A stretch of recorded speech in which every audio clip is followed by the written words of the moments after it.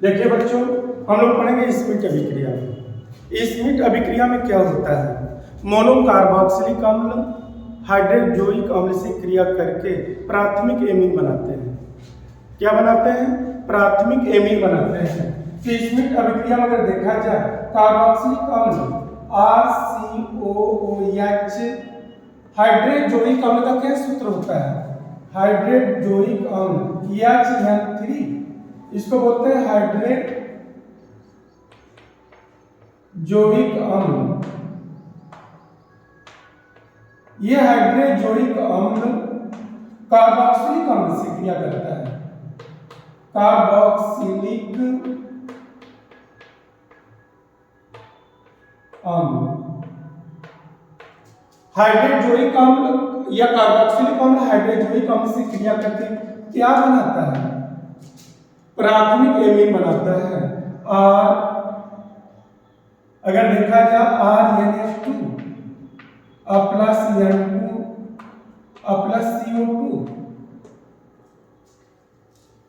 इसको क्या बोलते हैं? प्राथमिक एमीन बोलते हैं। ध्यान दीजिए बच्चों, अगर परीक्षा में आ जाए स्मिट अभिक्रिया क्या है, तो स्मिट अभिक्रिया किससे करते हैं? मोनोकार्बोक्सिलिक अम्ल हाइड्रोजोइक अम्ल से क्रिया करके प्राथमिक एमीन बनाते हैं। नाइट्रोजन गैस मुक्त करते हैं, कार्बन डाइऑक्साइड मुक्त करते हैं। तो यहाँ पर मेन प्रोडक्ट आपको क्या दिखाना है? मेन प्रोडक्ट प्राथमिक एमीन। ध्यान दीजिएगा, क्लियर हुआ? स्मिट अभिक्रिया किससे करते हैं? स्मिट अभिक्रिया में मोनोकार्बोक्सिलिक अम्ल हाइड्रोजोइक अम्ल से क्रिया करके प्राथमिक एमीन बनाते हैं। अर्थात आप कह सकते हैं, अगर परीक्षा में आ जाए प्राथमिक एमीन का निर्माण कैसे करेंगे, कार्बोक्सिलिक अम्ल से प्राथमिक एमीन बनाइए, तो ये रिएक्शन भी दिखा सकते हैं। कार्बोक्सिलिक अम्ल से प्राथमिक एमीन का निर्माण, जैसा कि देख रहे हैं आप ब्लैक बोर्ड पर। अगला देखिए इंपॉर्टेंट जो क्वेश्चन है आपका, एल्डोल संघनन। एल्डोल संघनन, एल्डोल संघनन, ध्यान से समझने का प्रयास कीजिए। एल्डोल संघनन अभिक्रिया किसे कहते हैं? तो देखिए, एल्डोल संघनन में कार्बोनिल जो समूह होता है, कार्बोनिल समूह के अंतर्गत 3 यौगिक आते हैं। एल्डिहाइड भी आता है, कीटोन भी आते हैं, कार्बोक्सिलिक अम्ल भी आते हैं। तो यहाँ पर हमने बता रहे कि एल्डोल संघनन किसे कहते हैं? ऐसे एल्डिहाइड जिसमें अल्फा हाइड्रोजन पाए जाते हैं, ऐसे एल्डिहाइड जिसमें अल्फा हाइड्रोजन पाए जाते हैं। तो पहले एल्डिहाइड का जो कीटोन समूह होगा, पहले एल्डिहाइड का जो कीटोन समूह होगा दूसरे एल्डिहाइड के एल्केन के साथ रिएक्ट करेगा या जुड़ेगा और कीटोन किस में परिवर्तित हो जाएगा? OH हाइड्रोक्सिल समूह में परिवर्तित हो जाता है। तो ऐसी अभिक्रिया क्या कहते हैं? एल्डोल संघनन अभिक्रिया कहते हैं। ध्यान से समझिए, एल्डोल संघनन अभिक्रिया में अगर हम फॉर एग्जांपल की बात करते हैं, CH3CHO एल्डिहाइड है, CHO है। अगर इसको आप दिखाना चाहते हैं तो क्या दिखा सकते हैं? यहाँ पर समझने का प्रयास कीजिए। अगर दूसरा एल्डिहाइड के 2 अणु CH3CHO कि ये इनके एल्डिहाइड के 2 अणु किसकी उपस्थिति में क्रिया करते हैं? तनु NaOH की उपस्थिति में क्या करते हैं? क्रिया करते हैं। हमने क्या बताया? पहले एल्डिहाइड का जो कार्बोनिल समूह होगा, पहले एल्डिहाइड के कार्बोनिल समूह को आप दिखा सकते हैं इस तरह से, C+OH।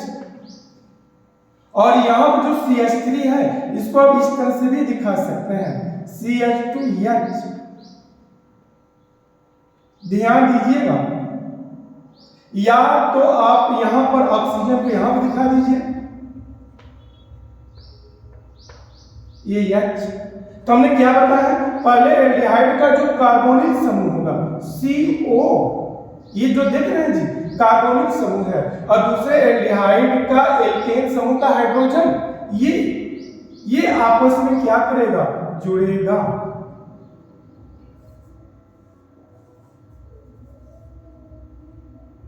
ये आपस में क्या किया, जुड़ेगा। देखिए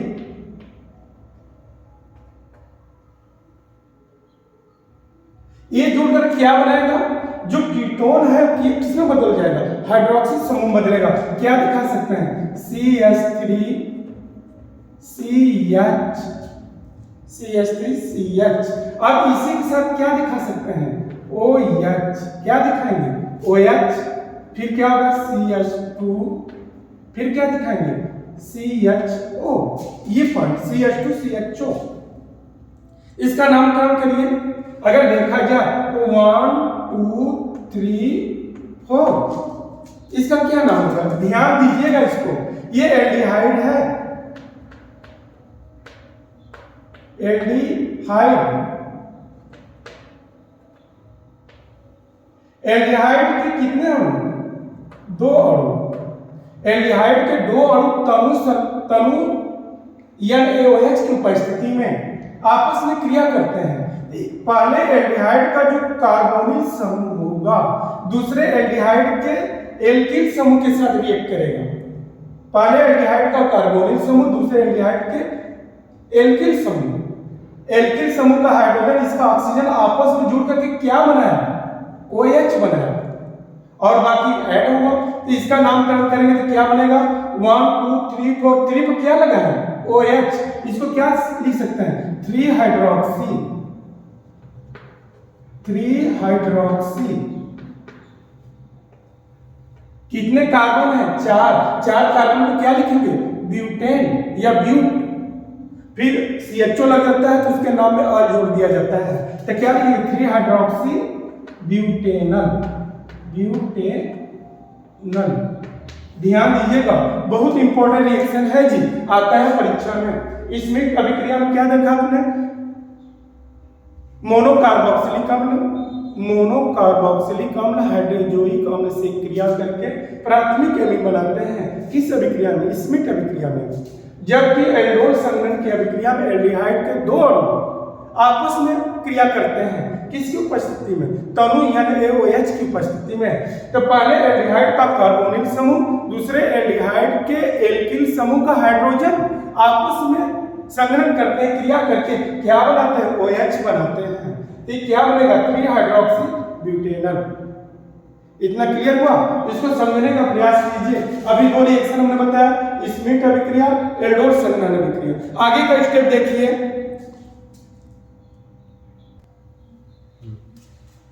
देखिए बच्चों, अगला रिएक्शन क्या है, रोजेनमुंड अभिक्रिया। रोजेनमुंड अभिक्रिया में अपचयन होता है एसिड क्लोराइड। अगर हम कह दें रोजेनमुंड की अभिक्रिया RCOCl, एसिड क्लोराइड की अभिक्रिया हाइड्रोजन द्वारा अपचयन कराया जाता है। क्या कराया जाता है, अपचयन। ध्यान दीजिएगा, एसिड क्लोराइड की अभिक्रिया हाइड्रोजन के द्वारा हम अपचयन कराते हैं। किसकी उपस्थिति में, किसकी उपस्थिति में अपचयन कराया जाता है, पैलेडियम PD या बेरियम सल्फेट BaSO4। ध्यान से समझने का प्रयास कीजिए। रोजेनमुंड अभिक्रिया किससे करते हैं, एसिड क्लोराइड। अगर यहाँ पर CH3 होता तो क्या लिखते हैं, अगर R बराबर, अगर आपने क्या दिखाते हैं CH3, तो इसको कर सकते हैं एसिटिल क्लोराइड। तो यहाँ पर हमने क्या दिखा, एसिड क्लोराइड। एसिड क्लोराइड का पैलेडियम या बेरियम सल्फेट की उपस्थिति में हाइड्रोजन द्वारा क्या कराया गया, अपचयन कराया गया। तो ये क्या प्राप्त हुआ, RCHO प्लस CHCl। ध्यान दीजिएगा, RCHO क्या बना, एल्डिहाइड। क्या प्राप्त हुआ बताइए, एल्डिहाइड। अगर आप CH3 लेते तो यहां पर क्या करते हैं, एसिटाल्डिहाइड, R बराबर CH3। तो ध्यान से समझिएगा, रोजेनमुंड की अभिक्रिया आएगा परीक्षा में, क्या दिखाएंगे, एसिड क्लोराइड का पैलेडियम या बेरियम सल्फेट की उपस्थिति में हाइड्रोजन द्वारा अपचयन कराने पर क्या प्राप्त होता है? एल्डिहाइड प्राप्त होता है। इस अभिक्रिया को क्या कहते हैं? रोजेनमुंड अभिक्रिया कहते हैं। ध्यान से समझने का प्रयास कीजिए। अगर R बराबर CH3 होता तो R बराबर क्या है? CH3 का स्थान पर CH3 लिखते तो क्या होता बताइए। तो यहाँ पर बनता CH3CHO तो इसको बोलते हैं एसिटाल्डिहाइड। अब अगला टॉपिक देखिए, फ्रीडल क्राफ्ट अभिक्रिया। फ्रीडल क्राफ्ट अभिक्रिया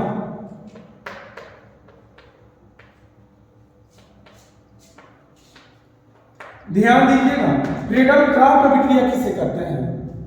देखिए जो इंपॉर्टेंट है उसी नेम रिएक्शन का हम एक्सप्लेन कर रहे हैं केवल, ताकि आप उसी टॉपिक को पढ़िए, अगर परीक्षा में आए तो उसको आसानी से कर लीजिए। तो फ्रीडल क्राफ्ट अभिक्रिया में क्या होता है? बेंजीन की अभिक्रिया एल्किल हैलाइड के साथ कराते हैं। बेंजीन की अभिक्रिया जब एल्किल हैलाइड के साथ कराते हैं निर्जल AlCl3 की उपस्थिति में, तो जो एल्किल समूह होता है बेंजीन के हाइड्रोजन परमाणु को विस्थापित करके अपने जुड़ जाता है। ध्यान दीजिएगा, फ्रीडल क्राफ्ट अभिक्रिया में ये बेंजीन का स्ट्रक्चर है। बेंजीन की क्रिया क्या है? मान लीजिए alkyl halide CH3Cl methyl chloride, ये बेंजीन है आपका, इसको बोलते हैं मेथिल क्लोराइड। मेथिल क्लोराइड की क्रिया किसकी उपस्थिति में कराते हैं? निर्जल AlCl3 की उपस्थिति में कराते हैं। ध्यान दीजिएगा, बेंजीन की अभिक्रिया मेथिल क्लोराइड के साथ या एल्किल क्लोराइड के साथ कराते हैं तो इसका जो CH3 होगा, इसका जो CH3 समूह होगा, इसके हाइड्रोजन समूह को क्या करेगा? विस्थापित करके अपने जुड़ेगा और ये इनके साथ जुड़ जाएगा। क्या बनेगा? इसको हम कह सकते हैं, जहां पर हाइड्रोजन का वहां पर CH3 जुड़ जाएगा प्लस HCl। ध्यान दीजिएगा, इसको क्या कह सकते हैं? टॉलुइन। इसको क्या कहते हैं? टॉलुइन। परीक्षा में आ जाए कि बताओ कैसे प्राप्त करोगे बेंजीन से, परीक्षा में आ जाए कैसे प्राप्त करोगे बेंजीन से टॉलुइन, तो कैसे प्राप्त करेंगे? बेंजीन से टॉलुइन प्राप्त करने के लिए निर्जल AlCl3 की उपस्थिति में मेथिल क्लोराइड क्रिया बेंजीन के साथ कराते हैं तो टॉलुइन प्राप्त होता है। इस अभिक्रिया को क्या कहते हैं? फ्रीडल क्राफ्ट अभिक्रिया कहते हैं। तो बच्चों क्लियर हुआ? रोजेनमुंड अभिक्रिया। रोजेनमुंड अभिक्रिया का अभी आपने क्या देखा? एसिड क्लोराइड की अभिक्रिया हाइड्रोजन के साथ कराया जाता है, जिसके कारण उसका अपचयन होता है। क्या प्राप्त हुआ? एल्डिहाइड प्राप्त हुआ। और जब बेंजीन की क्रिया मेथिल क्लोराइड के साथ कराते हैं टॉलुइन प्राप्त होता है। इस अभिक्रिया को फ्रीडल क्राफ्ट अभिक्रिया कहा जाता है। क्योंकि कभी-कभी पूछ देता है कैसे प्राप्त करोगे बेंजीन से टॉलुइन, कैसे प्राप्त करोगे? फ्रीडल क्राफ्ट अभिक्रिया आएगा तो भी यही समीकरण लिखेंगे। कैसे प्राप्त करोगे बेंजीन से टॉलुइन, तो भी आपको इसी तरह से लिखना होगा। तो थोड़ा ध्यान से समझने का प्रयास कीजिए। ये रोजेनमुंड अभिक्रिया है, फ्रीडल क्राफ्ट अभिक्रिया है।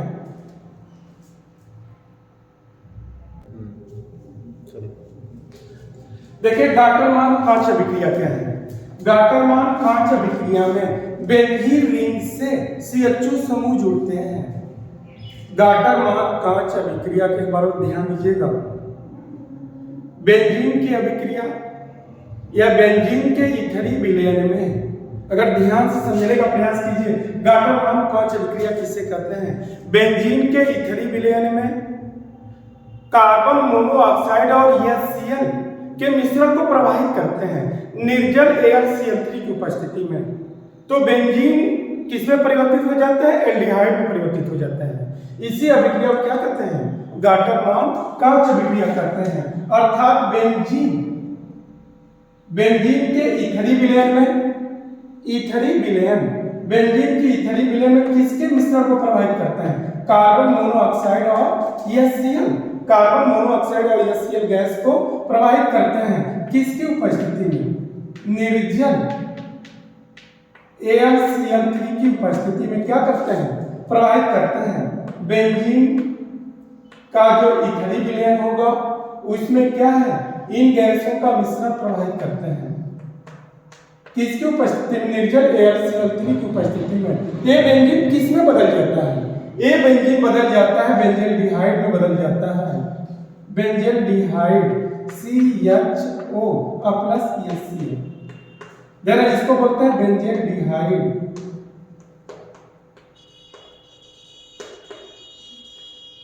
ध्यान से समझने का प्रयास कीजिएगा। बेंजीन का एल्डिहाइड में परिवर्तन गाटर-मान कांच अभिक्रिया आता है। बोर्ड के एग्जाम में पूछ देगा एल्डिहाइड बनाने की किसी एक समीकरण लिखिए या गाटर-मान कांच अभिक्रिया पर टिप्पणी लिखिए, क्या आसानी समीकरण, तो आपको ये लिखना होगा गाटर-मान कांच अभिक्रिया किसे कहते हैं? गाटर-मान कांच अभिक्रिया बेंजीन के इथेरी विलयन में कार्बन मोनोऑक्साइड और HCl गैसों के मिश्रण को प्रवाहित करते हैं किसकी उपस्थिति में? निर्जल AlCl3 की उपस्थिति में। तो बेंजीन किस में बदल जाता है? बेंजील्डिहाइड में बदल जाता है। इस अभिक्रिया को क्या कहते हैं? गाटर-मान कांच अभिक्रिया कहते हैं। ध्यान दीजिएगा बच्चों, अभी हमने आपको बताया गाटर-मान कांच अभिक्रिया किसे कहते हैं। तो बेंजीन का बेंजील्डिहाइड में परिवर्तन किसकी उपस्थिति में? निर्जल AlCl3 की उपस्थिति में कार्बन मोनोऑक्साइड और HCl गैसों के मिश्रण को अगर बेंजीन के इथेरी विलयन में प्रवाहित कराते हैं तो बेंजीन एल्डिहाइड में परिवर्तित हो जाता है। इस अभिक्रिया को गाटर-मान कांच अभिक्रिया कहते हैं। गाटर-मान कांच। देखिए इटार्ट अभिक्रिया, इटार्ट अभिक्रिया में क्या होता है? टॉल्यूइन की अभिक्रिया क्रोमिल क्लोराइड के साथ कराते हैं। इटार्ट अभिक्रिया को ध्यान से समझिएगा। इटार्ट अभिक्रिया में बेंजीन रिंग से जुड़ा हुआ जो CH3 समूह है वो किस में परिवर्तित हो जाएगा? बताइए। CHO में परिवर्तित हो रहा है, ऑक्सीकृत हो रहा है। ध्यान से समझिएगा। इटार्ट अभिक्रिया में कभी नहीं पूछ जाता है। इटार्ट अभिक्रिया में जो मेथिल समूह है उसका ऑक्सीकरण होता है OH में, CHO में, COOH में। कौन सा सही होगा? ध्यान दीजिएगा, किसमें ऑक्सीकृत हो रहा है? CHO में। तो ध्यान दीजिएगा, टॉल्यूइन की अभिक्रिया क्रोमिल क्लोराइड की उपस्थिति में कराते हैं निर्जल AlCl3 की उपस्थिति में या कार्बन डाइसल्फाइड के विलयन में। ध्यान दीजिएगा, टॉल्यूइन की अभिक्रिया क्रोमिल क्लोराइड के साथ कार्बन डाइसल्फाइड की उपस्थिति में कराते हैं तो यौगिक प्रोडक्ट बनता है। यौगिक यहां देख रहे हैं सेम टू सेम आकर के जुड़ गए। जो क्रोमिल क्लोराइड है जाकर के इसके दो अणु जो होते हैं जुड़ जाते हैं, आंशिक रूप से मिडिल कंपाउंड बनाते हैं, माध्यमिक यौगिक बनाते हैं, जिसका कार्बन डाइसल्फाइड के विलयन में ये तुरंत ऑक्सीकृत हो जाते हैं। किसमें? बेंजील्डिहाइड में ऑक्सीकृत हो जाते हैं। इस अभिक्रिया को क्या कहते हैं? इटार्ट अभिक्रिया कहते हैं। ध्यान से समझने का प्रयास कीजिए। इटार्ट अभिक्रिया में बेंजीन रिंग से जुड़े हुए मेथिल समूह का किसमें ऑक्सीकृत हो जाते हैं? CHO समूह में ऑक्सीकृत हो जाते हैं। इस अभिक्रिया को इटार्ट अभिक्रिया कहा जाता है। जैसा कि देख रहे हैं समीकरण पर, टॉल्यूइन क्रोमिल क्लोराइड के साथ रिएक्ट करके क्या यौगिक उत्पाद बनाते हैं और इसी कार्बन डाइसल्फाइड के विलयन की उपस्थिति में जो यौगिक जो उत्पाद बनता है इसका ऑक्सीकृत हो जाता है और ऑक्सीकृत होकर क्या CHO में परिवर्तित हो जाते हैं। तो बच्चों अभी आपने देखा ये नेम रिएक्शन यूपी बोर्ड के एग्जाम में पूछे जाते हैं, आप जानते रहेंगे। इससे संबंधित क्वेश्चन आप आसानी से कर सकते हैं। उसके बाद हम आपको और इम्पोर्टेंट क्वेश्चन बताएंगे जो जैसे कोऑर्डिनेशन कंपाउंड उप सहसंयोजक यौगिक से IPSC नाम पूछता है, कौन कितने नंबर ऑफ क्वेश्चन आते हैं हम कल जो अगले नेक्स्ट वीडियो में आपको बताएंगे। जब तक इसको आप दोहराते रहिएगा, इसको याद करने का एकमात्र तरीका है, इसको पढ़िए, 2 बार पढ़िए, 3 बार पढ़िए, उसके बाद कॉपी पर लिखिए। इतना लिखिए कि दिल दिमाग पे आपके बैठ जाए, तभी इस समीकरण को कर पाएंगे। अन्यथा इसमें का समीकरण उसमें का समीकरण इसमें कर देंगे, जिसके कारण आपका आंसर गलत हो जाता है। बच्चों दिए गए नेम रिएक्शन को आप अच्छे ढंग से पढ़ लीजिए ताकि यूपी बोर्ड के एग्जाम में क्वेश्चन पूछे तो आप आसानी से इसका आंसर दे सकें। जय हिंद।